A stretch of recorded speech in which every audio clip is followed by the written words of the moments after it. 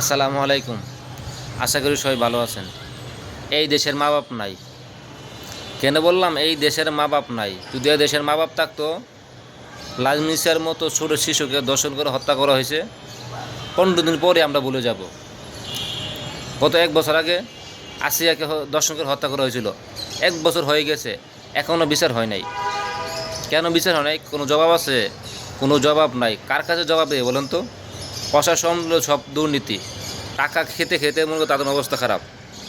Police বলেন, আদালত, court বলেন, এত দুর্নীতি পৃথিবী কোথাও নয়, বাংলাদেশে যে দুর্নীতি হয়। আপনি মার্ডার করছেন, 10 লাখ টাকা দেবেন, আপনার মার্ডার হালাস। এই হলো বাংলাদেশে। আর যদি চেয়ারম্যানের ছেলে, এমপির ছেলে, আর মনে করেন যদি মেম্বারের ছেলে হন, আপনার পাওয়ারের শেষ নাই। আপনার মনে করেন এই তো পাওয়ার, দেখবেন কোর্ট আদালত আপনার কাছে চলবে। এই দেশে বিচার নাই, বিচারহীনতা দেশ এই বাংলাদেশ। আমরা মুসলমান, আমরা বলি আমরা সভ্য জাতি। আসলে আমাদের ভিতরে কোনো কালচার নাই, কোনো সভ্যতা নাই।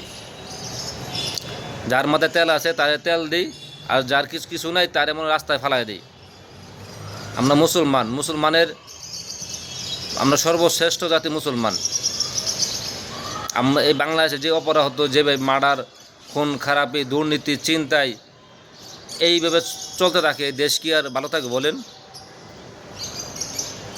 কার কাছে কথা বলবো? শোনার কেউ আছে?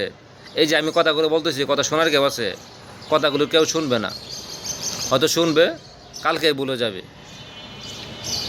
এই আমার সোনার বাংলাদেশ, 30 লক্ষ শহীদের বিনিময়ে আমার সোনার বাংলাদেশ। সবাই ভালো থাকবেন। আমরা চাই লামিসার বিচার হোক। সবাই লামিসার মতো যারা দর্শন হচ্ছে তাদেরকে বিচার আওতা আনতে হবে। প্রশাসনকে জোরদার দাবি জানাবো। লামিসার মতো যারা ছোটো শিশু হত্যা করা হচ্ছে এবং আরও অপরাধ যারা করতেছে তাদেরকে বিচার করতে হবে। বিচারহীনতা বাংলাদেশ ভুগতেছে, বিচার নাই। যতই বড় অন্যায় করুক তার কোনো বিচার নাই। বিচার করতে হবে। যে যত বড় এমপি ছেলে, মন্ত্রী ছেলে, যে যত বড় হোক না কেন, তার বিচার করতে হবে।